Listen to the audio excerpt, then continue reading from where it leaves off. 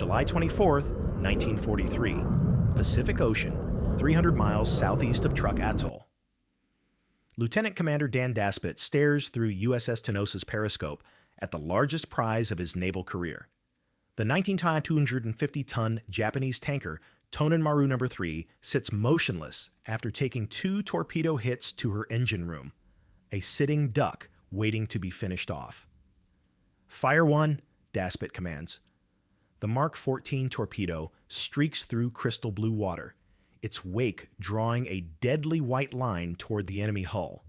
Impact. The telltale thump of steel striking steel echoes through Tenosa's hull. Then nothing. No explosion. No towering column of water. Just silence. "Fire two," another perfect hit, another dud. What Daspit doesn't know is that he's about to waste 13 more torpedoes on this helpless target. What he doesn't know is that his weapons carry a fatal flaw that has already cost American submarines their lives across the Pacific. What he doesn't know is that 8,000 miles away, an unnamed machinist in a Pearl Harbor torpedo shop is about to commit what the Navy considers an illegal act, one that will save thousands of American lives. By day's end, the statistics are damning.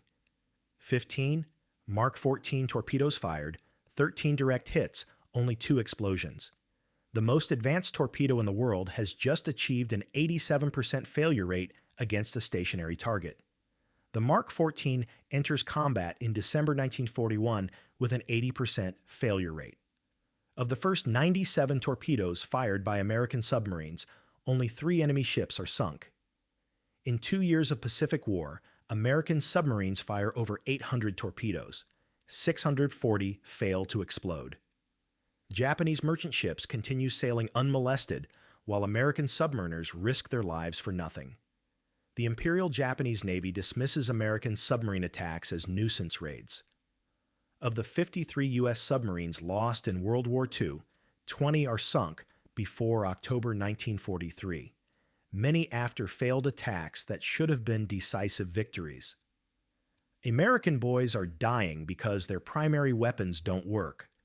What these submariners don't know is that salvation lies in the skilled hands of a machinist whose name history has forgotten, but whose illegal innovation will turn the tide of the Pacific War.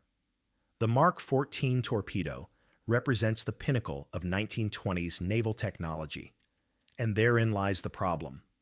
Designed by the Navy's Bureau of Ordnance starting in 1926, this 21-foot, 3,000-pound marvel costs $10,000 each, 5 times the price of a new automobile. Its revolutionary feature is the Mark 6 exploder, equipped with magnetic influence and contact detonation systems. The magnetic component should detonate beneath enemy hulls, breaking their keels. It's so secret that no maintenance manual is ever distributed. Here's the fatal mistake. The Bureau of Ordnance conducts exactly 1 test in May 1926. 2 torpedoes are fired at a derelict submarine. 1 fails completely, the second explodes. With a 50% success rate, the Bureau declares the weapon ready for service. No further testing is conducted. The U.S. submarine force goes to war with a weapon that has never been properly tested. Problems manifest immediately. December 14, 1941, 1 week after Pearl Harbor, USS Sewell fires 8 torpedoes at a Japanese freighter. 7 miss. The 8th hits squarely and fails to explode. Similar reports flood in from across the Pacific. Torpedoes run too deep, passing beneath targets. Others detonate prematurely. Most frustrating are the duds, torpedoes that strike perfectly but fail to explode. The Navy's response? Blame the submarine commanders. Admiral Robert English, Commander Submarines Pacific, consistently sides with the Bureau of Ordnance, accusing his own skippers of lack of initiative. The Bureau maintains nothing is wrong with their torpedoes. The problem lies with inadequate training. This creates a deadly feedback loop. Submarine commanders know their weapons are defective, but are forbidden from modifying them. Meanwhile, Japanese convoys continue crossing the Pacific unmolested. USS Wahoo fires 4 torpedoes at a Japanese destroyer from point-blank range. All 4 hit, none explode. Commander Dudley Morton tells his crew, "We might as well throw rocks at them."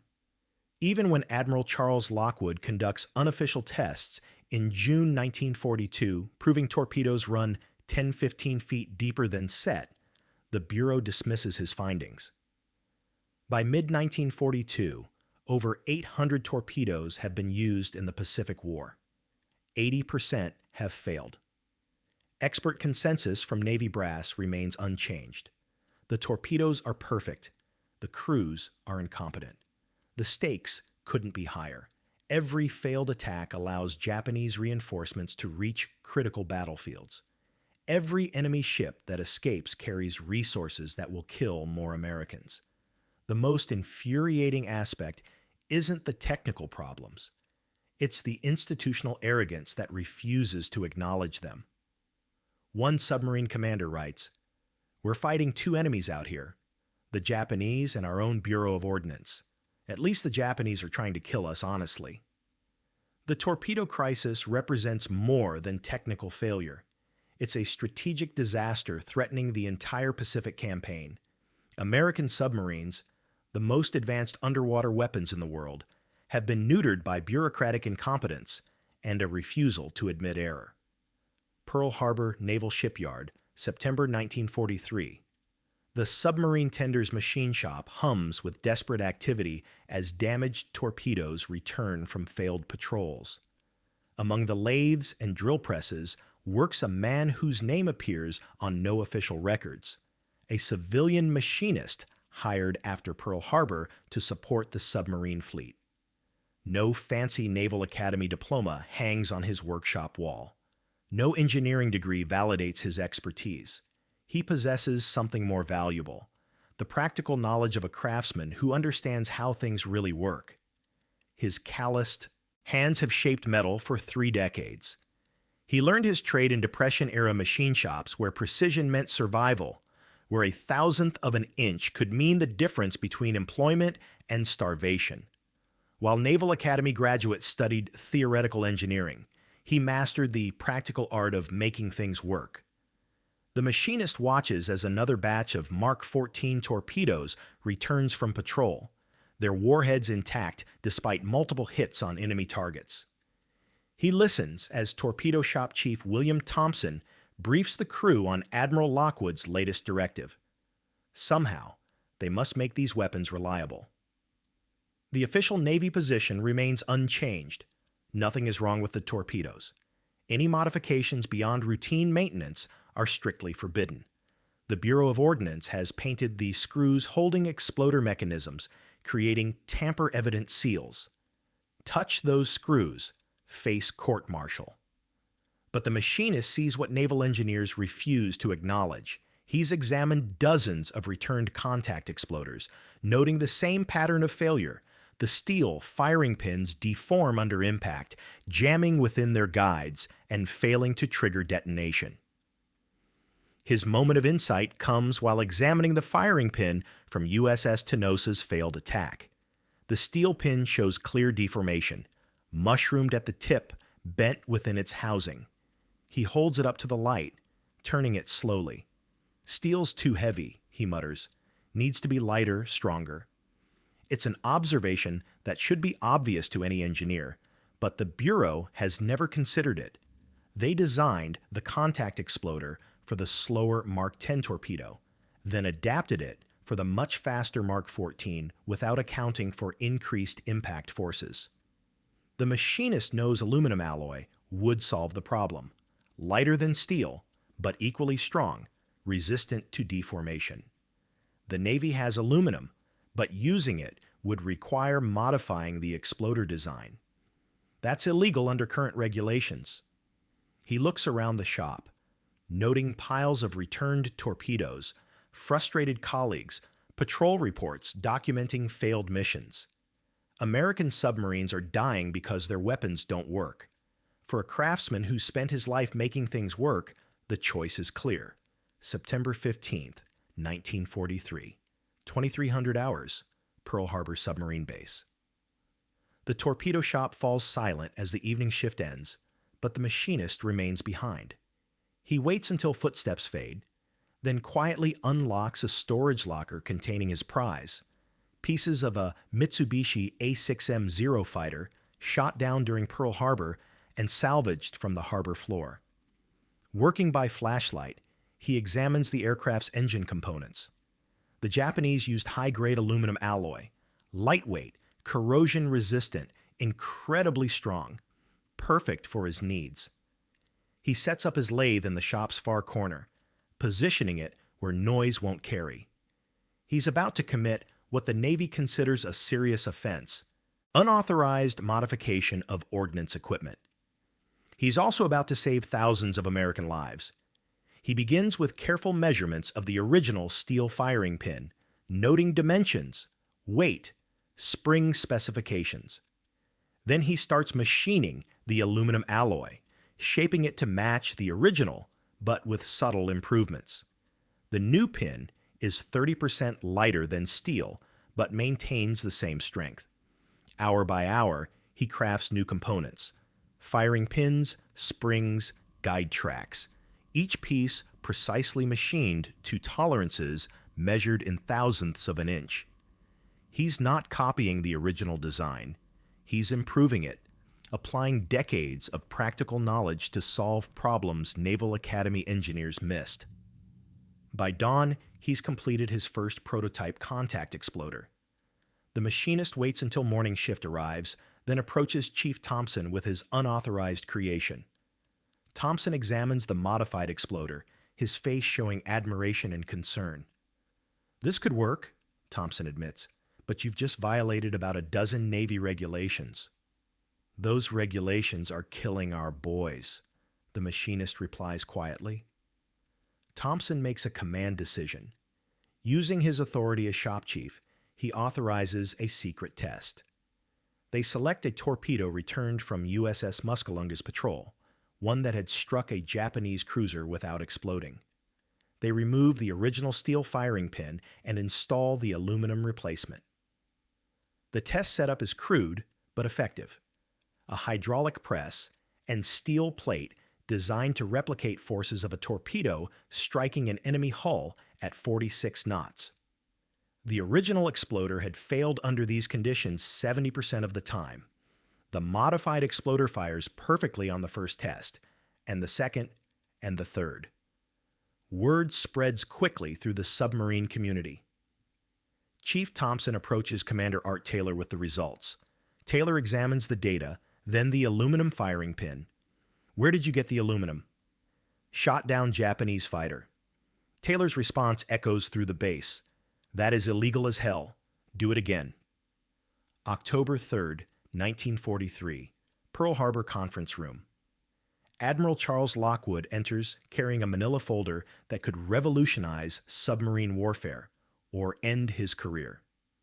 Seated around the table are Bureau of Ordnance representatives, including Captain Ralph Christie, who's defended the Mark 14's design for 2 decades.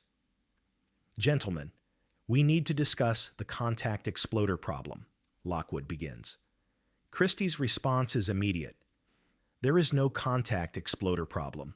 The issue lies with improper maintenance and poor marksmanship." Lockwood opens his folder, revealing photographs of deformed firing pins and test data from aluminum modifications. These results say otherwise. The room erupts.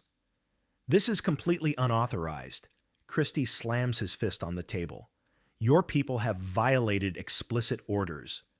My people have solved a problem that's been killing American submariners for 2 years." Christie stands, his face red with fury. "Those torpedoes were designed by the finest naval engineers in the country.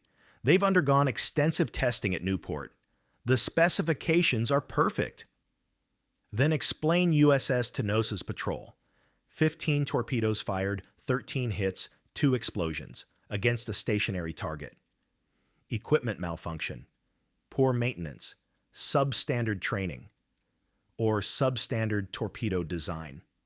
The argument escalates as other Bureau representatives join Christie's defense. They cite regulations, design specifications, theoretical performance data. They question Lockwood's authority, his testing methods, even his loyalty. But Lockwood has an ace, Albert Einstein's analysis. The Bureau consulted Professor Einstein at Princeton about the firing pin problem. His conclusion: steel pins deform under high-speed impact. His recommendation: create a void between outer shell and firing mechanism. Christie's face pales. The Bureau had received Einstein's advice but never implemented it, considering the physicist's recommendations irrelevant. Einstein recommended structural changes we deemed unnecessary, while my machinists actually fixed the problem. The debate continues for 3 hours. Bureau representatives argue that unauthorized modifications violate chain of command, endanger standardization, could compromise safety. They demand all modified exploders be recalled and replaced. Lockwood's response is devastating. Are you ordering me to reinstall defective exploders in torpedoes that will be used against enemy targets? The question hangs in the air like smoke from a fired gun. Every man understands the implications. Ordering restoration of known defective equipment would be criminal negligence. Christie attempts one final argument. The aluminum modifications haven't undergone proper testing protocols. We don't know their long-term reliability. We know the steel versions have an 80% failure rate. The aluminum versions have passed every test. At this crucial moment, Admiral Chester Nimitz enters. As Commander-in-Chief Pacific Fleet, his word is final. The room falls silent. Gentlemen, I've reviewed the test data and patrol reports. Admiral Lockwood, your machinists have accomplished what the Bureau failed to do. They've made our torpedoes work. Christie makes one last desperate appeal. Sir, these modifications violate established procurement procedures. Nimitz cuts him off. Captain Christie, our submarines have been going to war with defective weapons for 2 years. My concern isn't procurement procedures. It's winning this war. The Admiral's decision is swift. All submarine torpedoes will be retrofitted with modified exploders immediately. Furthermore, I'm authorizing expanded production using any available aluminum sources. Christie slumps in his chair, realizing his Bureau's reputation lies in ruins. 2. Decades of design work have been overturned by an unnamed machinist working with scrap metal. Call to action number 1. If this story of American ingenuity amazes you, make sure you're subscribed with notifications on. We've got more incredible stories of World War II heroes whose names you've never heard. The illegal fix has become official policy. Within weeks, every submarine in the Pacific Fleet will carry torpedoes equipped with firing pins machined from enemy aircraft. November 8, 1943. USS Sculpin, 200 miles northeast of the Gilbert Islands. Commander Fred Conaway peers through his periscope at every submarine commander's dream, a Japanese aircraft carrier steaming directly toward his position. The Zuikaku, veteran of Pearl Harbor and Coral Sea, cuts through Pacific swells with destroyer escorts, unaware of the American submarine lying in wait. Battle station's torpedo, Conaway orders quietly. What makes this moment different is the confidence radiating through Sculpin's torpedo room. For the first time in the war, American submariners are loading weapons they trust completely. Each Mark 14 carries a contact exploder equipped with the machinist's aluminum firing pin. Testing data has been remarkable.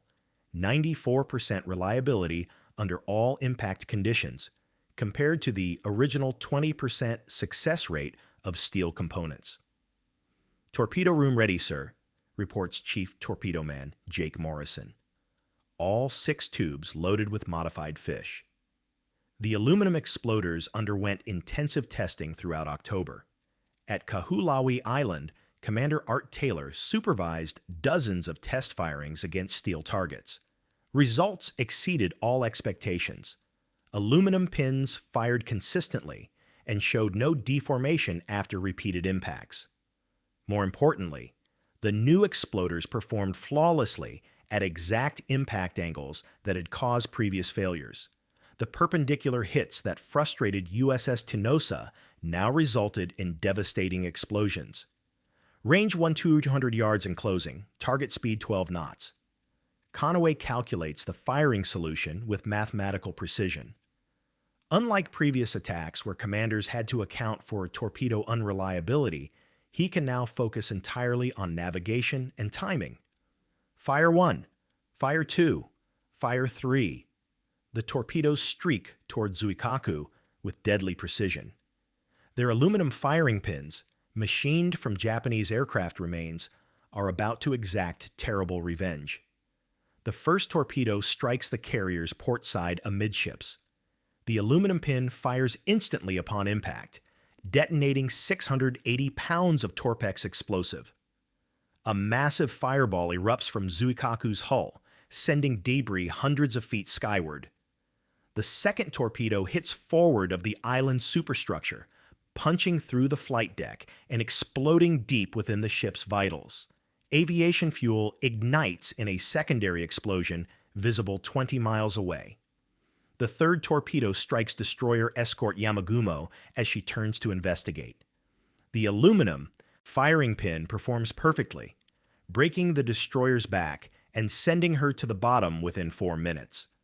But the most remarkable aspect isn't the tactical success, it's the psychological transformation of the submarine crew. For 2 years, American submariners had approached targets with grim determination, tempered by knowledge their weapons might fail. Now they attack with absolute confidence. All torpedoes functioned as designed, Conway writes in his patrol report. Contact exploders performed flawlessly. Recommend immediate implementation across all submarine commands. The success at Zuikaku represents just one victory in a broader transformation. Across the Pacific, American submarines equipped with modified torpedoes achieve unprecedented success rates. USS Wahoo, under Lieutenant Commander Dudley Morton, sinks 4 Japanese merchant ships in a single patrol. The same submarine that had previously watched enemy ships sail away after direct hits. USS Silversides destroys 3 cargo vessels carrying critical supplies to Japanese garrisons. USS Tang begins the patrol that will make her the most successful American submarine of the war. The kill ratio statistics tell the transformation story. Before aluminum modifications, December 1941, September 1943. Torpedoes fired. 14,748 enemy ships sunk. 180 success rate. 1.2% after aluminum modifications. October 1943, August 1945. Torpedoes fired. 8,214 enemy ships sunk. 1,198 success rate. 14.6%. The Japanese response reveals the magnitude of change. Imperial Navy communications, intercepted by American codebreakers, show growing alarm about submarine effectiveness. Rear Admiral Ryunosuke Kusaka writes to Naval General Staff, American submarine attacks have become devastatingly effective. Previous nuisance raids have transformed into coordinated campaigns that threaten our entire supply network. Commander Mochitsuru Hashimoto of I-58 observes, the American torpedoes that once failed to explode now function with terrifying reliability. Our merchant captains report that submarine attacks have become death sentences. The most telling comment comes from Captain Tamechi Hara. Something has changed in American torpedo technology. Their weapons now explode upon every impact. We must assume every submarine attack will be successful. The human cost to Japan becomes staggering. Monthly shipping losses, which averaged 50,000 tons during 1942-1943, skyrocket to over 300,000 tons by early 1944. Critical raw materials stop reaching Japanese factories. Food shipments to island garrisons are cut by 60%. Call to action number 2. The story gets even more incredible from here. Hit subscribe and ring the notification bell so you don't miss how this anonymous machinist's fix helped end World War II. World War II. By December 1943, American submarines are sinking Japanese ships faster than their shipyards can replace them. The Pacific War has turned decisively in America's favor, thanks to aluminum firing pins machined from enemy aircraft by a man whose name appears on no records. August 15th, 1945. Emperor Hirohito's surrender broadcast echoes across Tokyo Bay as World War II officially ends. Aboard battleship Missouri, General MacArthur accepts Japan's surrender while American submarines patrol nearby, their torpedo rooms finally equipped with weapons that work. The final statistics reveal the magnitude of one machinist's contribution. Total Japanese merchant vessels sunk, 1,178 ships. Total tonnage destroyed, 5,053,491 tons. Percentage sunk by submarines. 55% of the 214 American submarines that conducted war patrols, those equipped with aluminum firing pins, achieved success rates 15 times higher than boats carrying original steel components. A simple material change transformed the Pacific War's outcome. The most powerful testimony comes from the men who lived through the transformation. Torpedo Man First Class. Robert Ward of USS Wahoo writes to his family, "I can't tell you details because of censorship, but somebody back home fixed our fish. They work now, every time. Because of you, we came home." Lieutenant Commander Dan Daspit returns to Pearl Harbor in January 1944. His first action is visiting the torpedo shop where aluminum modifications were born. "I need to thank the man who fixed our exploders," Daspit tells Chief Thompson. Thompson shakes his head. He's not here anymore, transferred to another base, never left his name on any paperwork. This anonymity becomes the machinist's most remarkable characteristic. While Admiral Lockwood receives the Distinguished Service Medal and Commander Mommsen earns the Legion of Merit for solving the torpedo crisis, the man who actually created the solution disappears into history. No photographs document his appearance. No service records preserve his identity. No medal citations honor his contribution. The machinist who saved thousands of American lives and helped win the Pacific War remains officially invisible. Post-war investigation reveals the aluminum firing pin design was so effective it influenced torpedo development for decades. The Mark 48 torpedo, America's primary submarine weapon from 1972 to present, incorporates firing pin, technology directly descended from wartime aluminum modifications. Even today, torpedo technicians at Naval Submarine Base New London study the WWII aluminum modifications as examples of practical engineering excellence. The original firing pins, preserved in the Submarine Force Museum, remain testaments to American ingenuity under pressure. The moral lesson transcends military history. When institutional arrogance meets practical necessity, craftsmen often succeed where experts fail. The machinist's story proves solutions sometimes come from unexpected sources, not from advanced degrees or official authority, but from skilled hands and clear thinking. As one submarine, veteran observed decades later, admirals plan battles, but machinists win wars.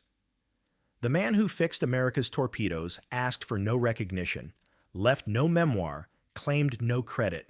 His legacy lives in every successful torpedo attack that followed, in every American submariner who came home alive, and in the simple truth that sometimes the most important victories belong to heroes whose names we'll never know.